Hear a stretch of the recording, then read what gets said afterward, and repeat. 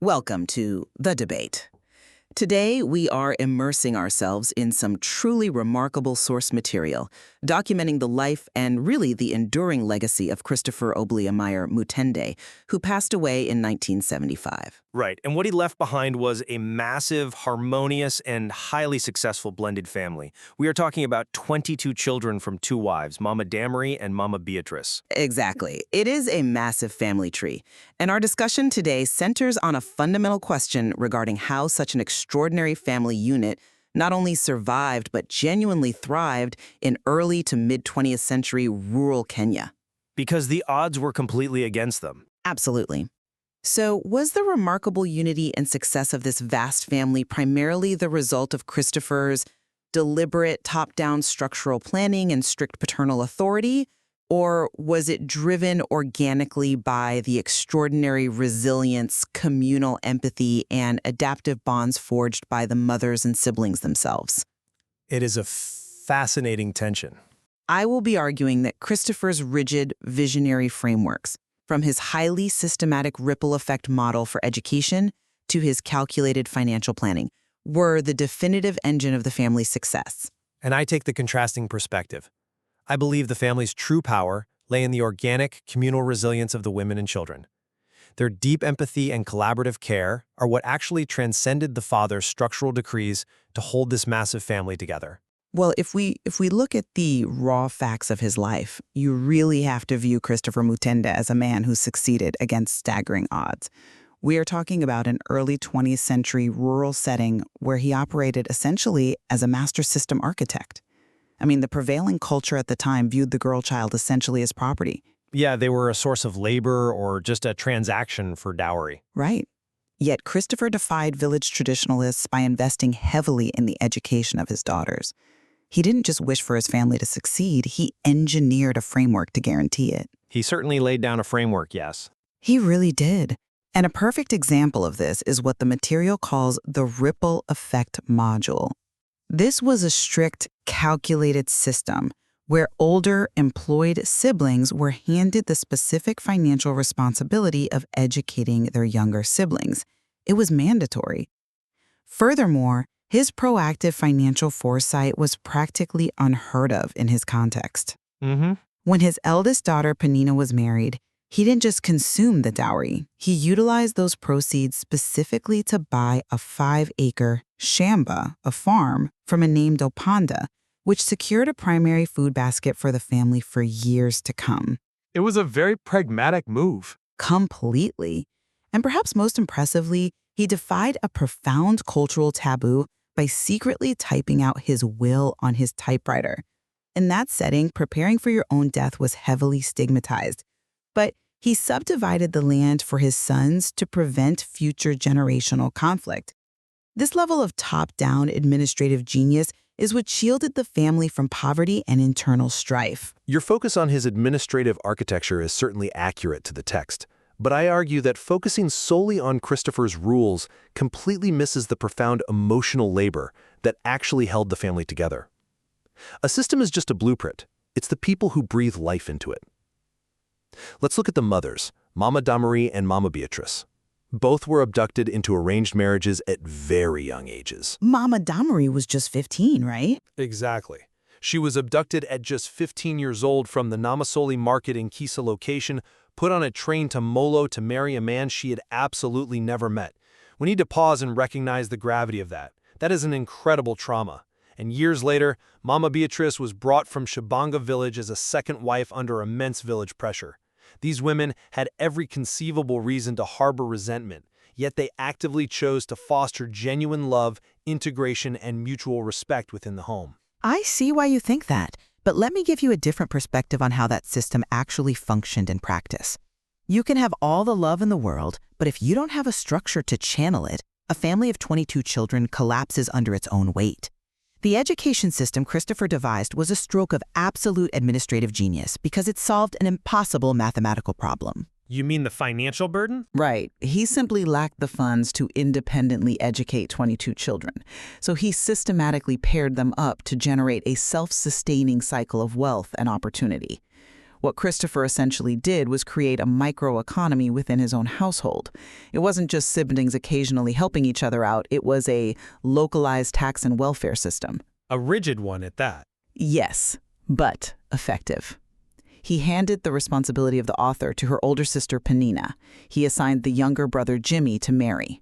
And upon the author's graduation, she was immediately handed the responsibility of Philip, who was in Form 3 at the time, which is roughly the equivalent of a sophomore in high school. Later, the author was assigned her younger sister Joy.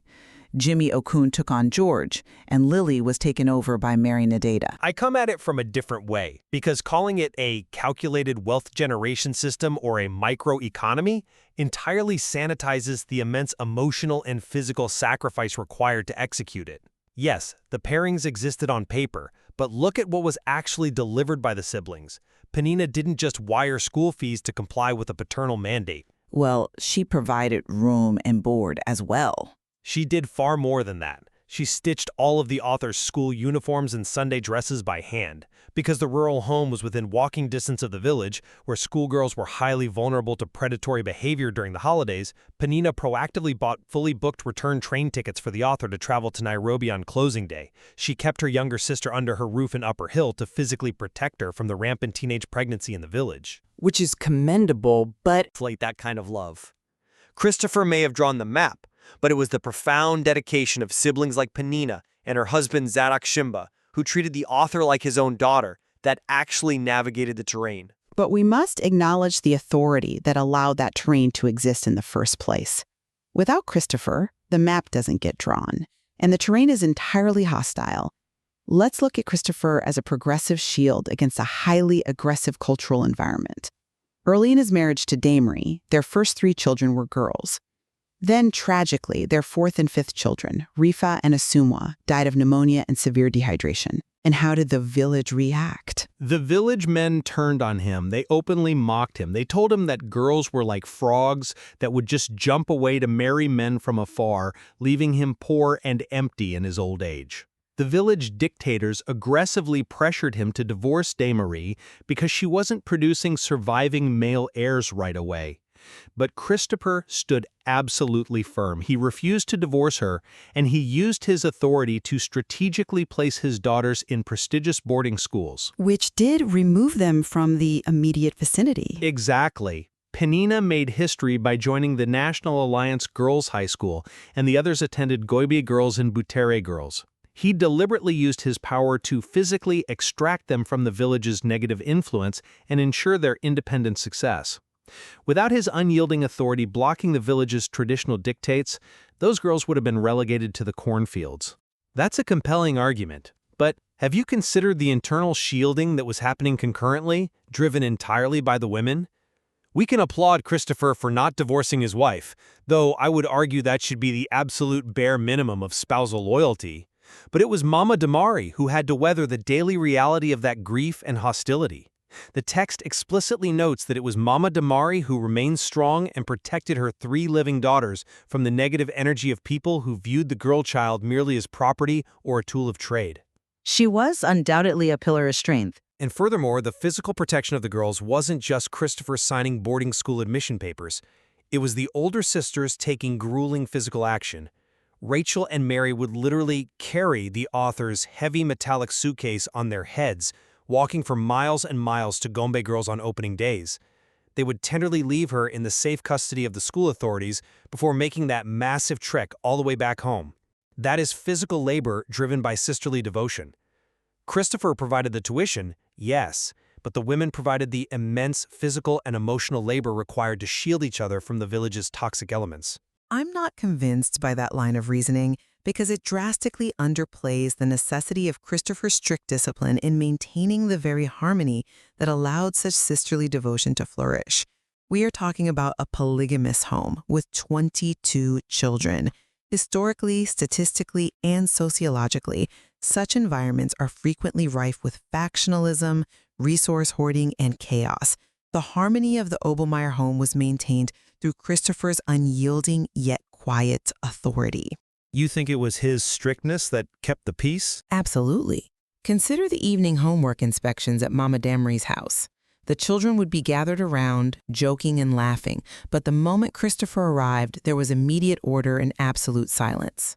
He would walk around the sturdy table, pick up a book at random, and throw mental arithmetic questions at lightning speed. He explicitly forbade the use of the mathematical tables printed on the back covers of their exercise books. And if they got it wrong? If you failed, as the family comedian, Mutende, often did, you were made to run laps around the house, repeating the correct answers until you had them memorized. The children both loved and feared him. It was precisely this intense, structured discipline that prevented a massive, potentially volatile household from descending into chaos. He created a highly regulated environment where excellence was demanded and factional conflict was simply not tolerated. I'm sorry, but I just don't buy that. Let me tell you why. True household harmony in a blended family cannot be sustained by fear or mental arithmetic tests. It is sustained by the daily, microscopic acts of grace by the people living in it. You credit the father's strictness, but the text places the credit for the integration squarely on the mothers and the children themselves. Look at Mama Beatrice. The second wife? Right. She was brought in when she was just a humble, shy little girl. Village pressure basically forced her into this existing family structure. Yet she embraced the elder wife's children completely. The text highlights that Mama Beatrice would make it a point to cook for the entire massive Obulemire family out of profound respect and love. Mama Damarie frequently called upon her for help, and they worked as a team. They did manage a very impressive coexistence. It was more than coexistence, it was joyful integration. And look at how the children interacted. There was no division between the step-siblings. They played seamlessly together. The text talks about them sweating while driving the Ingangarangara, which were the metal rims of old bicycles, and pouring water on the Eshitulo, the big anthill in the homestead, to slide down it at lightning speed on big banana stalks. When the author slapped her stepsister Otinga over a piece of soap, it was her older biological sister Mary who disciplined her. Demonstrating a shared standard of behavior. Demonstrating that the older siblings protected all the children equally, regardless of which mother they belonged to. That kind of boundaryless integration wasn't mandated by a strict father enforcing rules. It was the organic blending of a resilient, deeply empathetic family unit choosing to love one another. That's an interesting point, though. I would frame it differently, especially when we look at the culmination of his life, because even in his final tragic days, it was the very structures Christopher built decades earlier that ultimately saved him and provided his care. You're referring to the medical intervention. Yes, because he insisted, against all cultural norms, on highly educating his daughters. They were positioned to marry highly capable professional men, the Basakwas, as the sons-in-law were known. When Christopher was severely injured by a charging bull, sustaining a fractured femur, his health began deteriorating rapidly at the Kakamega Provincial Hospital. It was his son-in-law, Brigadier Dr. Lawrence Nyakari, who had the resources and connections to intervene. Dr. Nyakari arranged to have him airlifted to the Armed Forces Memorial Hospital in Nairobi. Which was an incredible logistical feat for the time. It was. And furthermore, when the bone marrow biopsy revealed stage 3 myeloma, an aggressive type of blood cancer, it was the network Christopher had indirectly cultivated through his educational mandates that allowed his cancer medication to be flown in directly from the United Kingdom. Think about that. A farmer from rural Kenya getting targeted cancer meds from the UK in the 1970s. His progressive framework of female empowerment literally yielded the high-level medical logistics that extended his life and managed his pain. The system he architected came back to rescue him. I certainly agree that the sons-in-law, the Basakwas, were incredibly instrumental, and Dr. Nyakari's intervention was vital. However, I must pivot to the intimate, communal nursing care that actually sustained him on a daily basis. Logistics can get you the meds from the UK, sure, but who is holding the spoon? Who is sitting in the room? This speaks entirely to the organic relational bonds I've been highlighting. The day-to-day bedside care? Exactly. Medical logistics cannot provide the tender, grueling, around-the-clock care a dying man needs.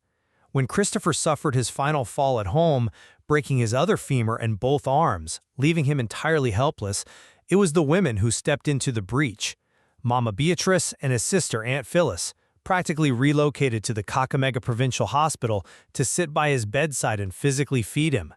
Most poignantly, the author herself, who had just graduated from the King George VI School of Nursing, specifically requested a posting the Kakamega Provincial Hospital as a registered nurse. To be closer to him. She did this so she could personally care for her dying father. She sat with him after her shifts, bonding with him and reassuring him when he felt the anguish of being a burden. This ultimate act of devotion, sitting with a man as the myeloma shattered his bones like fragile glass, was the fruit of deep, organic, emotional bonds. It was the love of the women in his life, not a grand administrative plan, that offered him dignity and peace in his final moments. We have clearly established two very robust yet distinct lenses through which to view the success of the Christopher Obulemire Mutende family. I maintain my admiration for Christopher as an extraordinary visionary. In an era and environment that actively suppressed progress, he utilized unyielding authority, financial prudence, and progressive frameworks to break generational limits. He defied his peers to educate his daughters, he masterminded the ripple effect module to ensure wealth distribution, and he had the foresight to legally secure his land.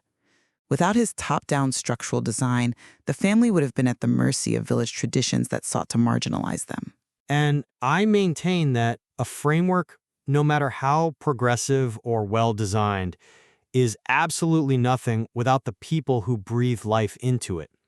The true legacy of this massive family honors the profound empathy, integration, and daily emotional sacrifice of Mama Damery, Mama Beatrice, and the siblings. It was the mothers choosing harmony over jealousy, and the older sisters stitching uniforms and carrying heavy suitcases to protect the younger ones that built the real foundation. Their communal resilience and emotional intelligence are what actually allowed those 22 children to thrive as one unbroken unit. However, I think we can both firmly agree on a vital point of convergence. It was the unique combination of these factors, the father's ironclad progressive architecture paired with the mother's and siblings' profound emotional devotion that created a powerful, multi-generational powerhouse. They collectively defied the immense odds of their time. Absolutely. Analyzing historical family success through both systemic and relational lenses reveals the incredible depth required to sustain a legacy. There are undoubtedly many more layers to explore in the dynamics of how blended families navigate tradition, trauma, and love to build something that lasts up to the fourth generation and beyond. We will leave it to you, the listener, to form your own conclusion regarding what truly serves as the definitive engine of an enduring family legacy. Thank you for joining us on The Debate.